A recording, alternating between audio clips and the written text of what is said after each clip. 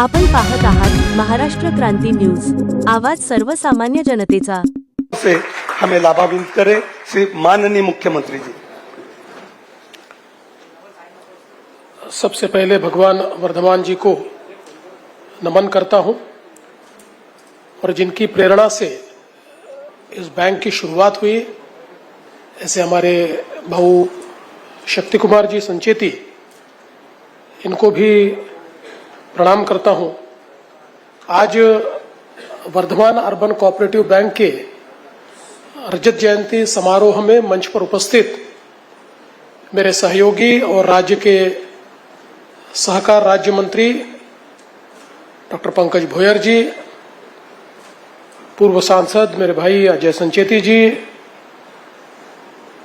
हमारे बहुत ही अजीज साथी श्री सागर मेघे जी, पगारिया ग्रुप के अध्यक्ष उज्ज्वल पगारिया जी, वर्धमान बैंक के अध्यक्ष श्री अनिल पारक जी, उपाध्यक्ष श्री अश्विन भाई शाह जी, यहाँ पर उपस्थित बैंक के सभी डायरेक्टर्स, सभी बैंक के कर्मचारी, बैंक के शेयर होल्डर्स, बैंक के ग्राहक और इस बैंक पर प्रेम करने वाले नागपुर के विविध क्षेत्रों से यहाँ पर आए हुए सभी अग्रणी, हमारे विधिमंडल के साथी कृष्णा खोपड़े जी और उपस्थित सभी बहनों और भाइयों, आज ये बहुत ही हर्ष का विषय है कि हमारे वर्धमान बैंक को 25 वर्ष पूर्ण हो रहे हैं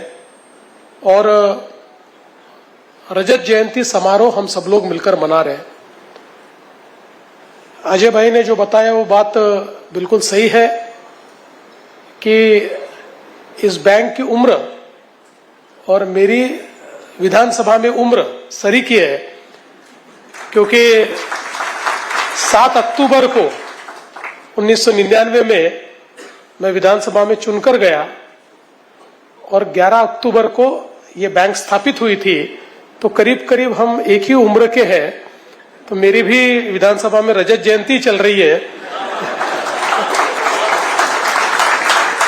उस समय अनीस भाई भी हमारे साथ चुनकर आए हुए थे और जिस प्रकार से इस बैंक ने तरक्की की है, मैं बैंक के सभी डायरेक्टर्स को बहुत बहुत शुभकामनाएं देता हूं।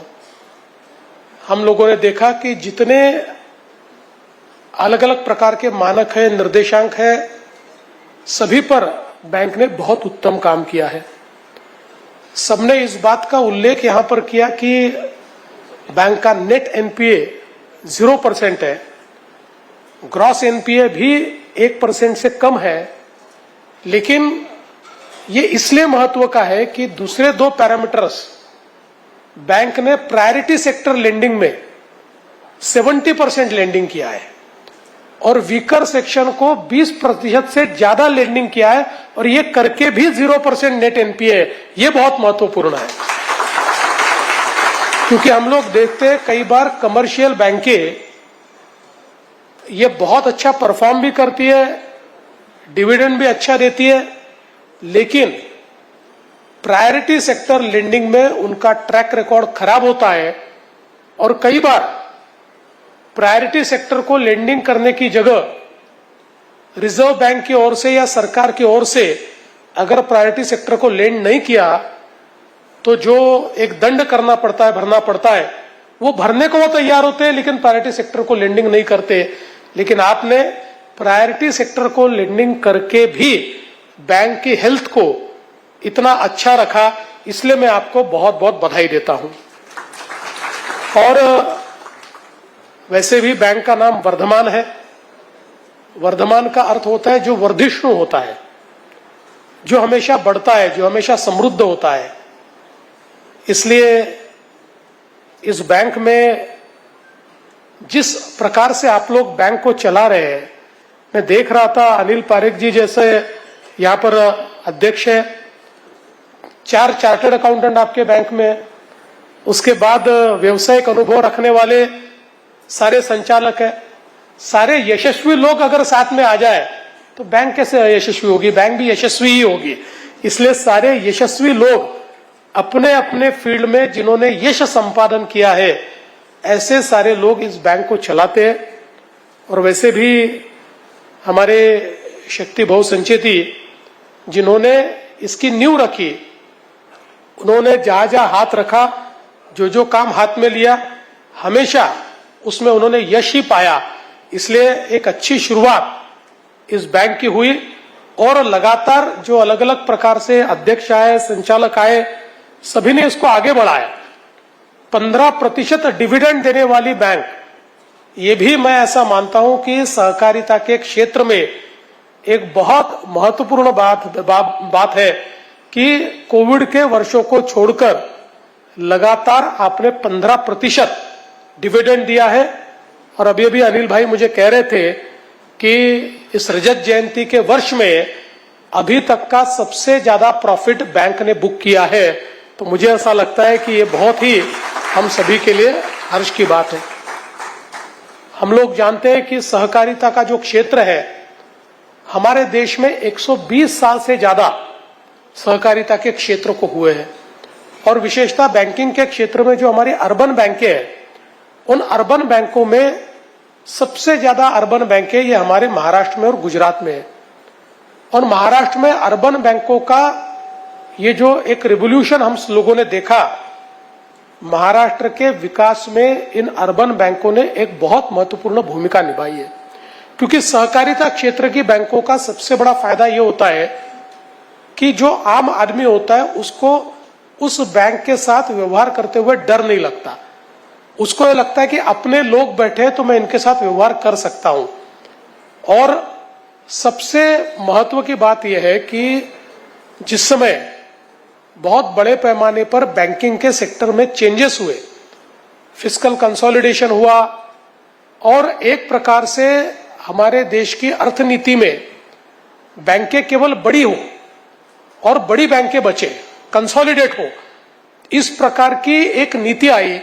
ऐसे समय भी हमारी सहकारी बैंकों ने उस स्पर्धा में अपने आप को रेलेवेंट रखा और उस समय की चुनौतियों का सामना करते हुए कोर बैंकिंग सॉल्यूशंस होंगे, उसके बाद अलग अलग प्रकार से जो टेक्नोलॉजी आई, उस टेक्नोलॉजी को एम्ब्रेस करना हो, सब प्रकार के सॉल्यूशंस को हमारी कोऑपरेटिव बैंकों ने स्वीकारा।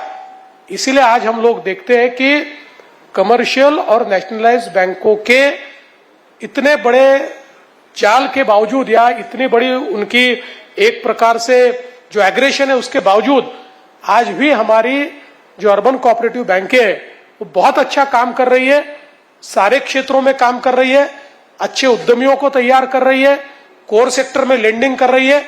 क्योंकि एक प्रोफेशनलिज्म, वक्त के साथ साथ हमारी बैंकों ने ये प्रोफेशनलिज्म भी स्वीकारा और उसके कारण आज ये बैंकें आगे जाते हुए हमको दिखाई पड़ती है।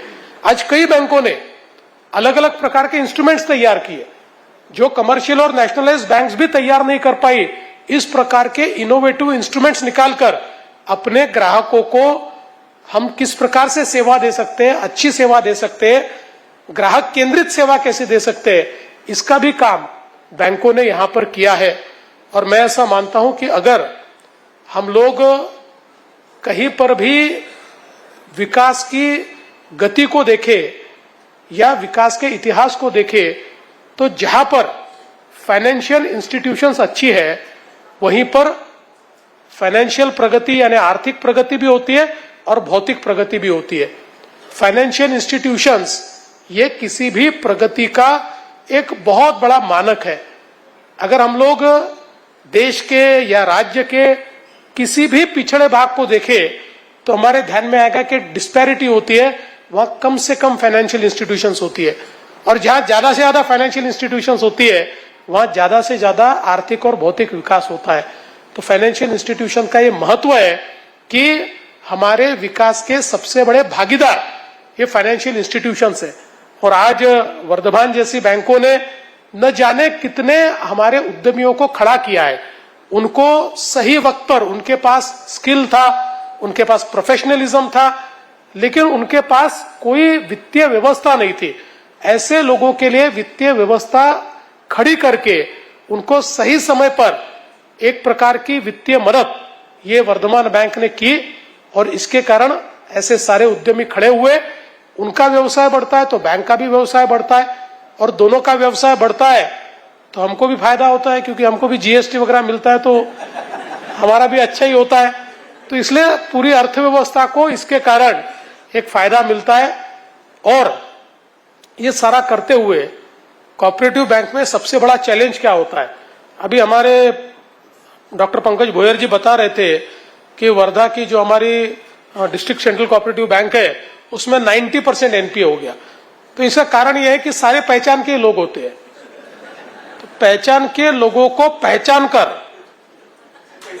पैसा देना यही महत्व का होता है। पहचान के लोगों को बिना पहचाने पैसा दिया तो कभी वापस आता नहीं है। तो वो सही चीज हमारे पास लेकर आए हैं क्या, उसमें कोई कॉम्प्रोमाइज नहीं कर रहा। जो हमारे नियम है, नियमों में कॉम्प्रोमाइज किए बिना सभी को मदद करना, ये अगर हम लोग ठीक ढंग से करते हैं तो बैंक अच्छी चलती है।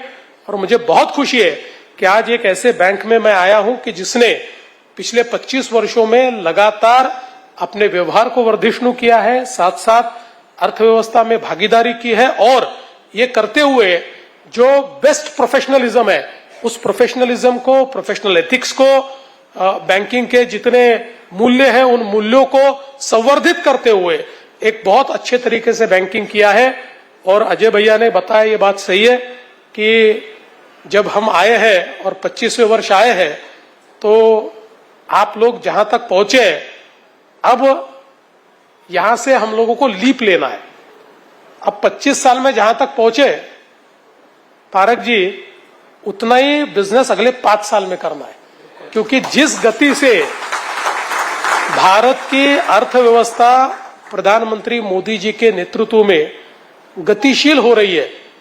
देखिए, हम लोग अभी चौथी सबसे बड़ी अर्थव्यवस्था बने, 2 साल में हम लोग दूसरी सबसे बड़ी अर्थव्यवस्था बनेंगे, 3 साल में हम लोग 5 ट्रिलियन को पार करते हुए आगे निकल जाएंगे और 2035 तक हम 9 ट्रिलियन की इकोनॉमी बनने वाले। तो इसका मतलब यह है कि अर्थव्यवस्था की गति ये बहुत ही तेजी से बढ़ रही है। और ऐसे समय आपकी संस्था अगर बड़ा विचार नहीं करेगी तो फिर दूसरी संस्थाएं कभी बड़ा विचार नहीं कर सकती, क्योंकि आपके पास बड़ा विचार करने की क्षमता है, बैंडविड्थ है। आपके पास वो बैंडविड्थ है कि आप बड़ा विचार कर सकते हैं। तो 5 साल बाद आप वापस मुझे कार्यक्रम में बुलाएंगे, उस समय ये एनपीए तो उतना ही होगा, लेकिन आप 250 करोड़ की जगह 500 करोड़, 1000 करोड़ पार करते हुए मुझे दिखाई पड़ेंगे। देखो, मैंने पहले ही बुकिंग कर लिया 5 साल बाद अपना। आप बुलाओ कि मत बुलाओ, मैं तो आने वाला हूं। तो ऐसा ही आप निश्चित रूप से इसको डबल करेंगे, ऐसा विश्वास और शुभकामनाएं दोनों आपको मैं देता हूं। और आपने इस अच्छे कार्यक्रम में मुझे बुलाया। वैसे मेरे कारण ये कार्यक्रम एक बार पोस्टपोन भी हुआ, लेकिन आपने ये ठीक समझा कि मैं इस कार्यक्रम में आऊं और मुझे ये मौका मिले कि ये रजत जयंती का समारोह मेरे हाथों से यहाँ पर उसका उद्घाटन हो। इसलिए मैं आपका बहुत बहुत आभार व्यक्त करता हूं और अपने शब्दों को विराम देता हूं। धन्यवाद। जय हिंद।